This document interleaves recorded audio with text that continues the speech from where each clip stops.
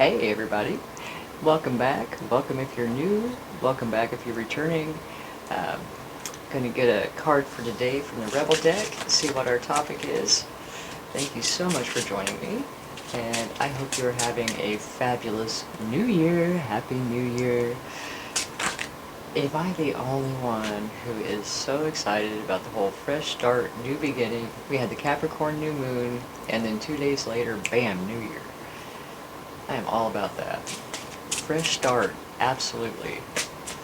Like, let's do this over. This year has so much potential, and it's still a great time for setting intentions for what you wish to accomplish in this new year. And go below the surface. Let's not go with the same old, like, I want to lose weight, I want to go to the gym. What do you want to change about your life? What do you want to change about your heart, about your beliefs, how you operate in the world? Go deep. Go deep. All right. What have we got for this first day of 2025? What is our topic? It's very appropriate. Very appropriate. Be fucking grateful. Shit could be so much worse. Truth. Truth. A lot of times our first reaction to a situation is that it couldn't get worse. We're usually wrong. There's almost always the potential for something to be worse, and so the more we can look at a situation and be grateful for any upside, bright spot, positive, anything, the easier it is to deal with. One, it changes our perspective. Instead of like, this is horrible and there's just nothing good. Start picking out the good, because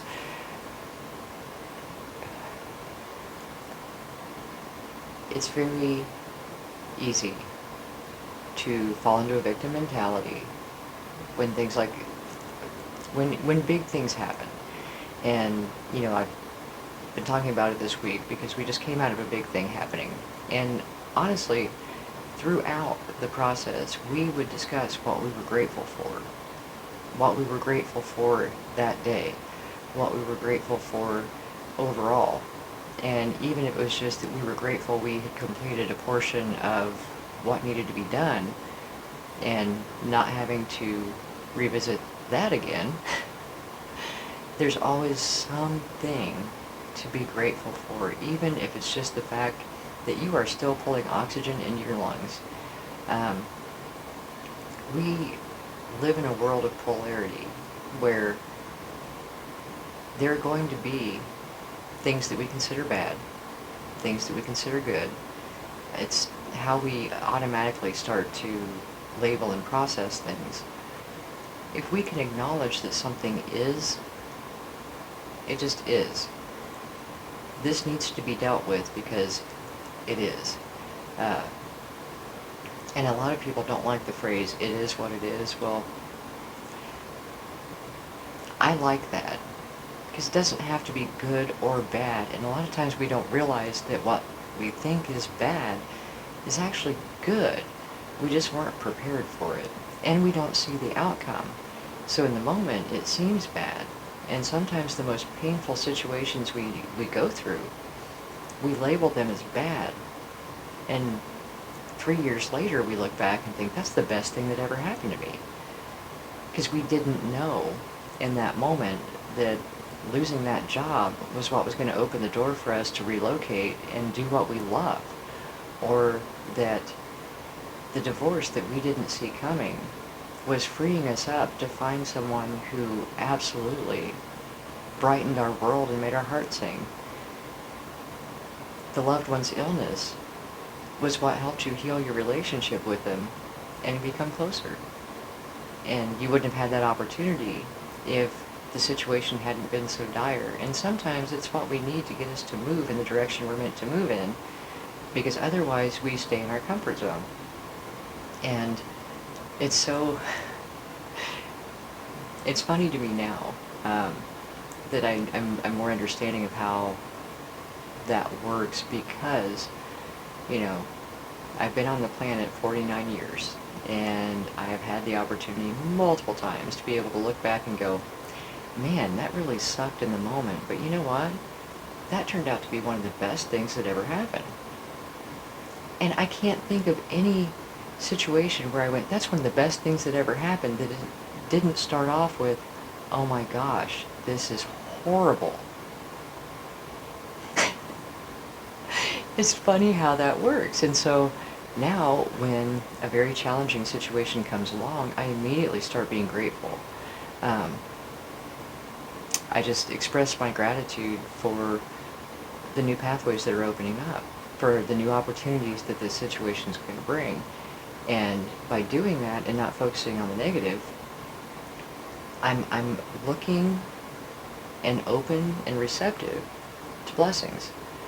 And as much as we have had happen over the last 2 years where people are like, my God, are you cursed? And I'm arguing with them going, no, not at all. They're like, for real, for real? I've gone into it in a couple of videos, just some of the things that we've had going on. And I'm like, you don't realize, if this hadn't happened, this wouldn't have happened. This was such a huge blessing, and this caused us so much growth, and this opened up this new opportunity. And now we've got this going on, and they're like, really? Yeah, really, really. Because when you look past the initial moment, now the initial moment, that's an embrace the suck moment. Okay, when things come at you unexpectedly, that first reaction is not gratitude, ever. Usually there's some denial, resistance, anger, hurt, betrayal. Depends on the scenario. But usually a flood of negative emotion to what you perceive as a negative situation. And once you get past that, because you gotta feel it, you really do. You can't just act like everything's hunky-dory when something comes out of the blue like that. You do have to acknowledge, this is how I'm feeling right now. This is the situation that I see in front of me. This is how I feel about it. You know, I'm not sure what I'm going to do yet. And then once you kind of process through that, take a step back, because when you're emotionally involved, you can't look at it as a neutral party. You can't back away from the situation. It's too close when you're in your emotions. So once you kind of process through that and like take a deep breath, step back, look at the situation, and start thinking of the best possible outcomes.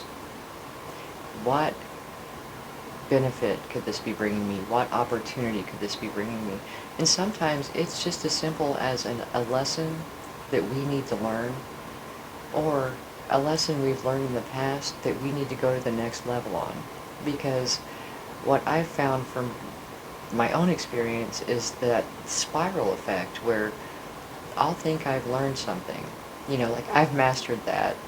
Woo, close the chapter on that lesson, only to realize that no, that was like Algebra 1, and now I've got to take Algebra 2. And when you finish Algebra 2, then you got to go to geometry and calculus and all the statistics. We keep leveling up. And so, especially when something comes around that it's almost like deja vu. You've been there before, but now it's like a step higher. Be grateful, because that means that you've leveled up. You are making progress, as frustrating as it can seem, when it feels like Groundhog Day, like you're just, here we go again. Like, are you for real? Here we go again.